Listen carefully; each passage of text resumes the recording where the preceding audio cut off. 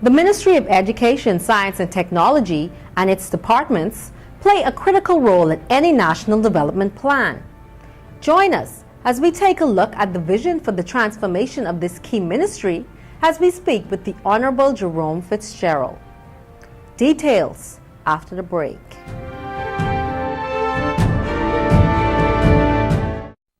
Would you dump garbage in your own yard? So why put it on another person's property?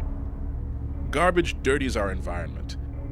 It's ugly, attracts flies, and causes disease. Take care of your own garbage and get rid of it the right way. Let's keep the Bahamas clean, green, and pristine. This message has been brought to you by the Department of Environmental Health.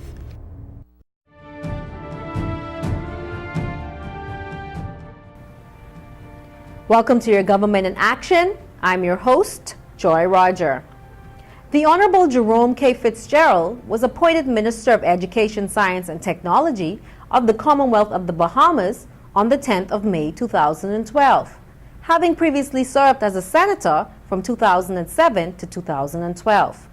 Often referred to as a visionary, Minister Fitzgerald recently said in his budget communication to the House of Assembly that as we seek to promote the expansion of the tourism industry, strengthen the financial services sector, and provide Bahamian students with the skills and education they need to compete in the 21st century, proficiency in a second language is of paramount importance, as he announced plans for the new standardized National High School Diploma. Bahamas Information Services Information Officer Gina Gibbs recently spoke with Minister Fitzgerald as he laid out his vision for transforming the education system in the Bahamas. Welcome, Minister. Thank you. It's a pleasure to be here. Okay. Can you tell us a little bit about what your portfolio entails? The Ministry of Education encompasses really the Ministry of Education, which is responsible for all schools throughout the Bahamas, and in particular the national examinations and so forth. The Department of Education, which focuses really on all of the administrative works of the public school system. And then we have the College of the Bahamas, the BTVI, the Bahamas Techno-Vocational Institute, and the Department of Archives, and of course all libraries within the Bahamas fall within the Ministry of Education. 160 some public schools throughout the Commonwealth. The budget, when you combined all of the revenue side of college and BTVI, you're probably talking just under $300 million in revenue, and more than probably about 6,000 employees, and of course 50-some thousand students within the public school system, and another 20-some thousand in the private school system. So it's pretty challenging. So can you tell us, what are some of the new things that are happening in the Ministry of Education right now? I think to a great extent, we are building on some things that were put in place before, and some ideas that I don't think it's new, but it's just a question of prioritizing what is important, and understanding the challenges that have faced our educational system, and developing strategies to intervene and address some of the issues. One of the key areas that you're going to see from the ministry standpoint moving forward as far as education is concerned is really a big focus on preschool education.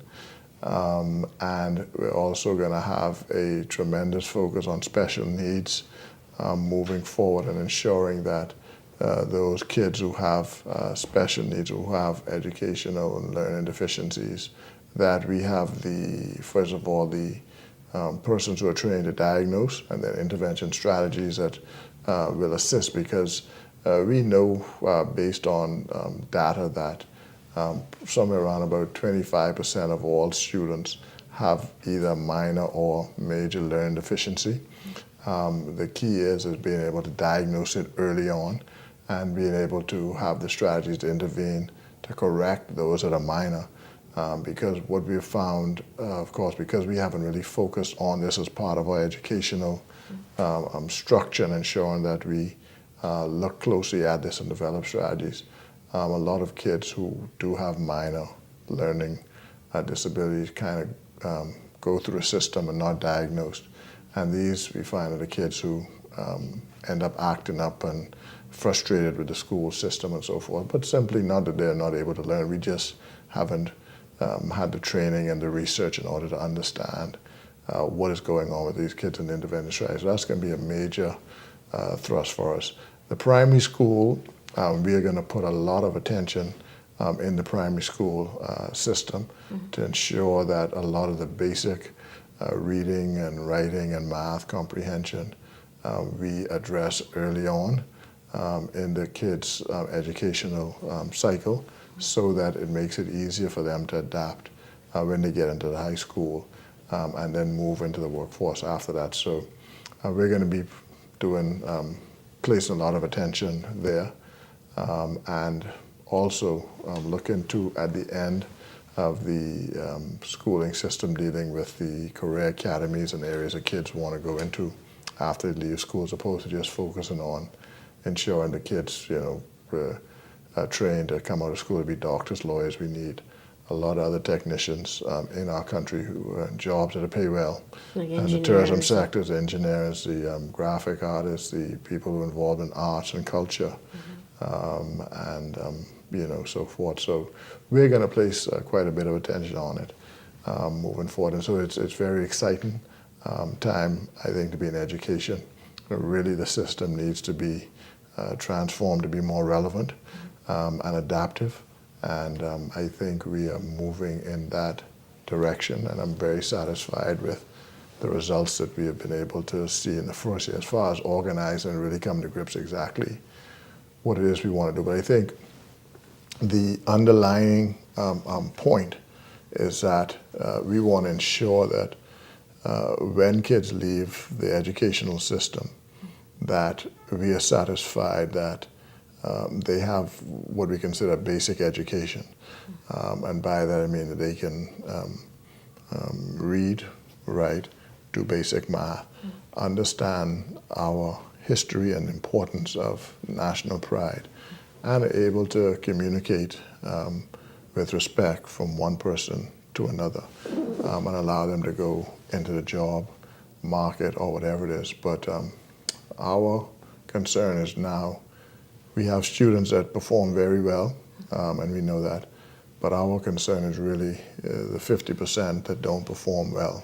And is that what the new curriculum plans for the new curriculum is all about? Right, exactly. Particularly in the high school, yes. Okay, so are you identifying the academic students from the technically inclined students, and can you talk about that process? Well, we're not identifying them. What we're doing is we're allowing them to have a say and a choice in what area they want to go in, because just because they go into a technical field, it doesn't mean that they're not academically inclined.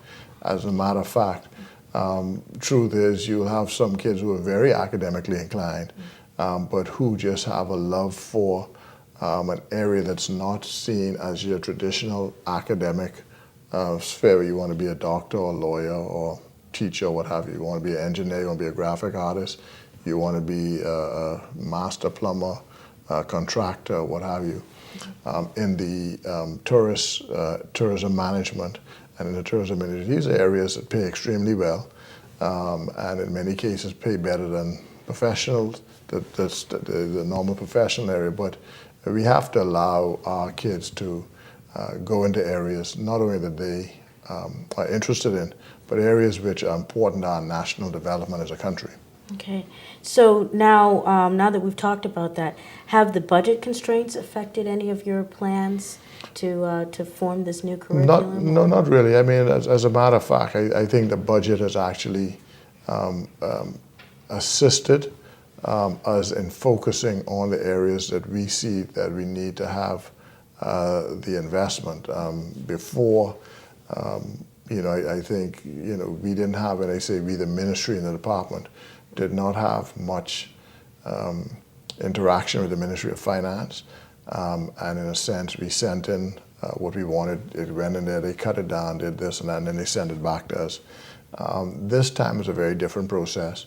We went in with a plan as to this is what our objectives are within the ministry and the department. These are goals, and this is the time frame in which we want to accomplish it. And we need X amount of monies in this area this year in order to accomplish that. We don't need as much over here, and so we don't mind cutting down over here by 15 or 20%, but we want the increase to come over here by 20%. And that's important because in order to understand the budget is in different heads, different compartments or different areas, and so you can only spend the money in that area. So if it's in another area, it's very difficult to have it transferred into another area without going through a whole approval process. And so we tried this time to be very specific as to the areas we wanted our funding. And I would say from the capital side, we've got a significant increase in our capital budget. And so this year we plan to start the building of quite a few schools. And also we have done last year in our summer repair work, we spent $5.2 or $5.3 million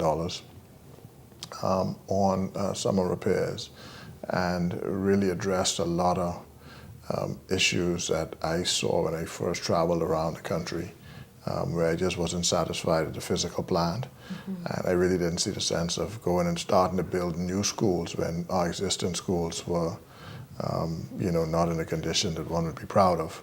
And so there were some issues from the structural, the plumbing, electrical that we really addressed last year. And this summer, we're going to finish off those areas that we weren't able to do last year. And so our physical plan at the end of this summer, to me, will be at a very acceptable level, where I would feel comfortable investing in new plants. We do have a few schools, though, that have really outgrown their useful life. And we're looking at plans now to replace probably about 4 schools in New Providence over the next 4 years. But we're looking at the right financial structure in order to do that. So. Okay, so also Mabel Walker School has now been converted into a teacher resource center and training center. Yeah, well, Mabel Walker, for some time now, the issue really has been in education that we have not had a training facility that allows our teachers to upgrade themselves. Also, we have not had a facility where we can send teachers that are not performing well to improve on some skill area or skill set that we feel they may be lacking. And so this in-house Professional Development Institute, which is what it'll be called, Mabel Walker, is really designed in order to ensure that our teachers remain on the cutting edge as far as the amount of research that is out there, amount of intervention strategies, and their method of teaching. And so, it was very important for us at this stage, because as we make all of this investment into education now, and we've invested quite a bit in technology. This year, last year, $2.2 million. We invest another $1.9 million throughout the Bahamas in interactive. When you say technology, you mean? We're talking about the interactive whiteboards, computer labs, making the campuses wireless. And so we're really pushing a major push in that area. So by September, we would have invested probably around about $4 million in 15 months, which is substantial. And we're already seeing some of the improvements and impact that's making. So we're very excited. Are you heading towards distance learning? That is one of the components of it, and only because we are an island nation spread over 100,000 square miles, and in some of the smaller islands, we have schools, believe it or not, that have 5 kids in them. We have schools that have 2 kids in them, in Long Key. And so, you have to ensure that the same level of teaching that's available in New Providence for a couple 100,000 available in the island where you have 2,000, 3,000, 5,000, 15,000. And it's not feasible to send a teacher down there to teach, to have one teacher teaching each subject when you don't have that sort of of capacity as far as students are concerned. So the distance learning is a key component of that, which will allow us to have the pre-recorded or the live teaching and be able to simultaneously have it sent throughout the islands. More from Minister Fitzgerald when we come back.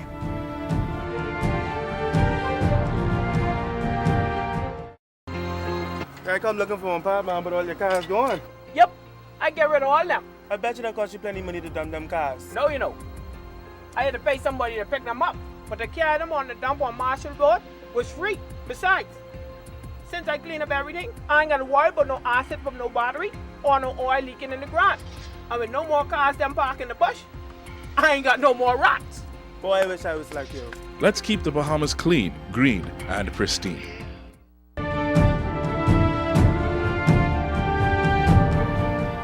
Welcome back. We rejoin now the conversation with the Minister of Education, Science and Technology, the Honorable Jerome Fitzgerald. We are speaking with our guest, the Minister of Education, the Honorable Jerome Fitzgerald, and we were just discussing distance learning that will be utilized throughout the Bahamas in very short order. And so, Minister, would you like to tell us a little bit more about COB coming into university status and how that's playing along with the distance learning plans? Yeah, I mean, that's a good point, because the platform will be there for us now throughout the public school system throughout the country.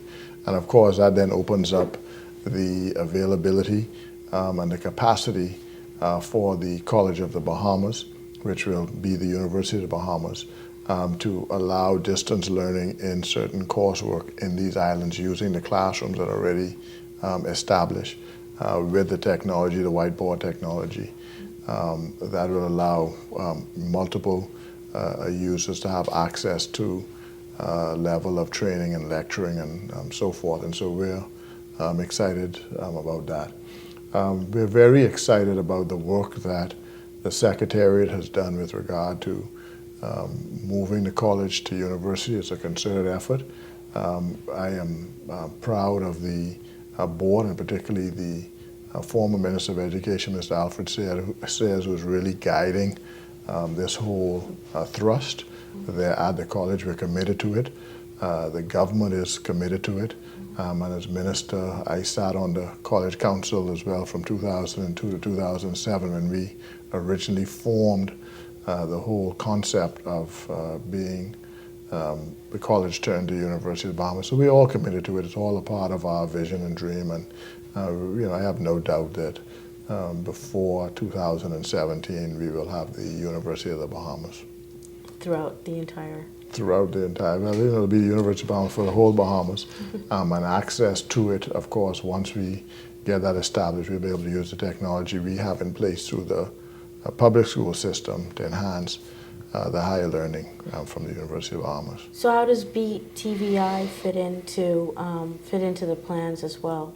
Well, BTVI is critical because BTVI really is the arm that deals with the technical side of it as well as the training in many areas. And this year alone, the enrollment of BTVI increased by almost 25%, and we awarded additional financial aid to BTVI to assist other students with going there, and it's really paying dividends. And it has an important role to play. And we have just recently, last week, appointed the new board at BTVI. So BTVI now, the act was passed, I think, about 2 years ago, but the board was never approved or never appointed. And so that will give BTVI the sort of semi-autonomy it needs in order to quickly respond and address to some of the shifting and changing demands of our country and our workforce. And so we're very, very excited about that. Mr. Abraham Butler will be the first chairman of the College of Bahamas, and have many distinguished contractors and those persons in business and also in technology. Mr. Stubbs from IBM, Felix Stubbs, is a member of the board. So that sort of caliber of persons will be involved. And so we expect great things out of BTVI. We're looking to expand the campus in this upcoming year and build a new classroom block because they just don't have sufficient capacity now to take the demand of the persons that are coming in to take up different courses and so forth. And so we expect a great explosion, expansion at BTVI. And we're very excited, very excited. Now, I understand that agriculture is preparing to try to become the next industry, you know, I guess under construction or whatever. And right now, Ministry of Education has invested in a school in Andros. An Well, yes, school. yeah, I mean, agriculture, I think a key policy decision of this government, of our government, is that we are going to approach agriculture now on a very serious basis to ensure that we begin to develop a certain degree of food security within our country. And agriculture has changed so much over the last 20 years. The technology that's been brought to agriculture, this greenhouse, and what is produced in greenhouse has really transformed the agricultural industry totally. And so now you're able to produce more with less, less labor, less investment capital, less land. And so the whole agricultural industry is changing. And so we have certain schools that are involved in agriculture that are doing quite well. One in Andros that actually has an agreement with the Sheraton Hotel here in Nassau, where they ship their vegetables in, and that allows them to invest more in agriculture and actually do some things around the school in North Andros as well. So we're seeing some of the positive impacts of that. Now, the big initiative is the Agriculture Marine Sciences Institute to be developed in North Andros, which will really focus on the associate's degree in agriculture and ensuring that we have certain certificates and training in different areas, from husbandry to ensuring that we are cultivating the right seeds and the right mixes for growing and so forth. There'll be a research center as well. And so it's something that has really been the vision of the Prime Minister. And it was his vision actually when we were at college to be the University of the Bahamas. And so now this takes on a more significant role for the College University of Bahamas, where you're going to actually have an agricultural school attached to it that in and of itself, from the work that we have done, will be self-sustaining in 5 years, and we expect that a whole city will develop around this. And if it works as we planned, and we have no doubt that it will, we think we have the right people involved, we think we have the right plan, we feel that this may well be the most important initiative of this administration. I mean, that's how excited we are about this School of Agriculture Marine Sciences that'll be positioned in North Andros. And we expect by early 2014 we will have what we need set up there in order to commence some of the plans we have there. There'll be quite a bit of work going on over the next 6 months. But we're really looking forward to the impact that's going to have really on North Andros and on our national development. So, is there anything else that you want to say about the development of education in or different industries, or anything? Well, I else? mean, the point is for me is that I have as minister, I've tried to come in and take a very simplistic approach to education. You know, persons always talk about, you know, we got to improve the grade point average and we're not satisfied with this. And I've always taken the approach that if we ensure that when kids leave school, they're able to read, they're able to write, they're able to do basic mathematics, and able to have respect for their fellow citizens, and have a respect for this country, have a national respect and agenda. At the end of the day, we'll be producing good kids, and the national average will take care of itself. And so I'm not necessarily focused on the national average. I'm focused on those things that we need to do right in order to ensure at the end of the day that the average rises and we produce better kids.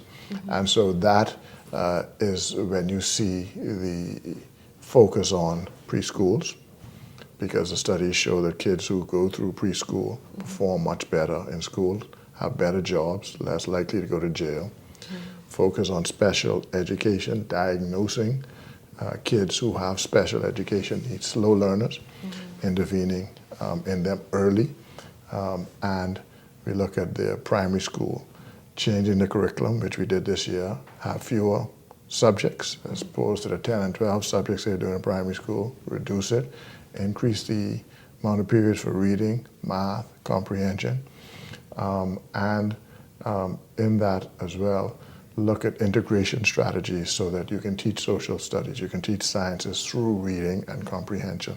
And so we've made a concerted effort at doing that at that level. And then in the high school, ensuring that kids go into areas that they find interesting. So making the education experience more relevant to them, and ensuring that if they are artistic and have a passion for different areas, that we have the offering within the public school system to cater to whatever their need is so they perform better at school.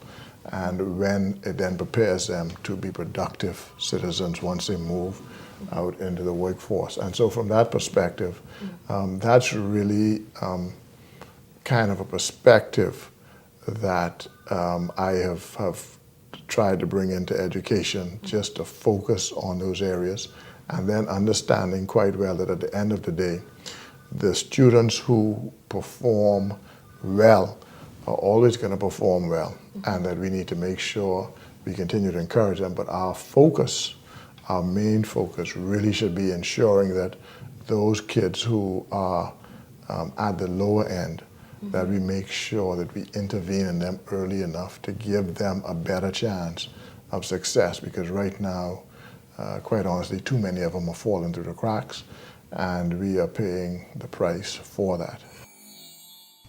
During his contribution to the 2013-2014 budget debate, Minister Fitzgerald announced plans for the Bahamas General Education Diploma, or GED.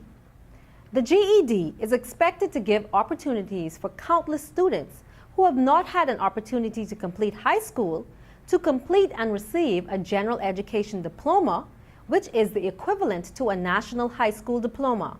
He said that it is important to note that consideration will be given to the experiences that the applicant may have gained through work experiences, along with a specific set of criteria. That is all for this week. Join us in the next edition of Your Government in Action as we continue to follow what this administration is doing to develop a more prosperous Bahamas.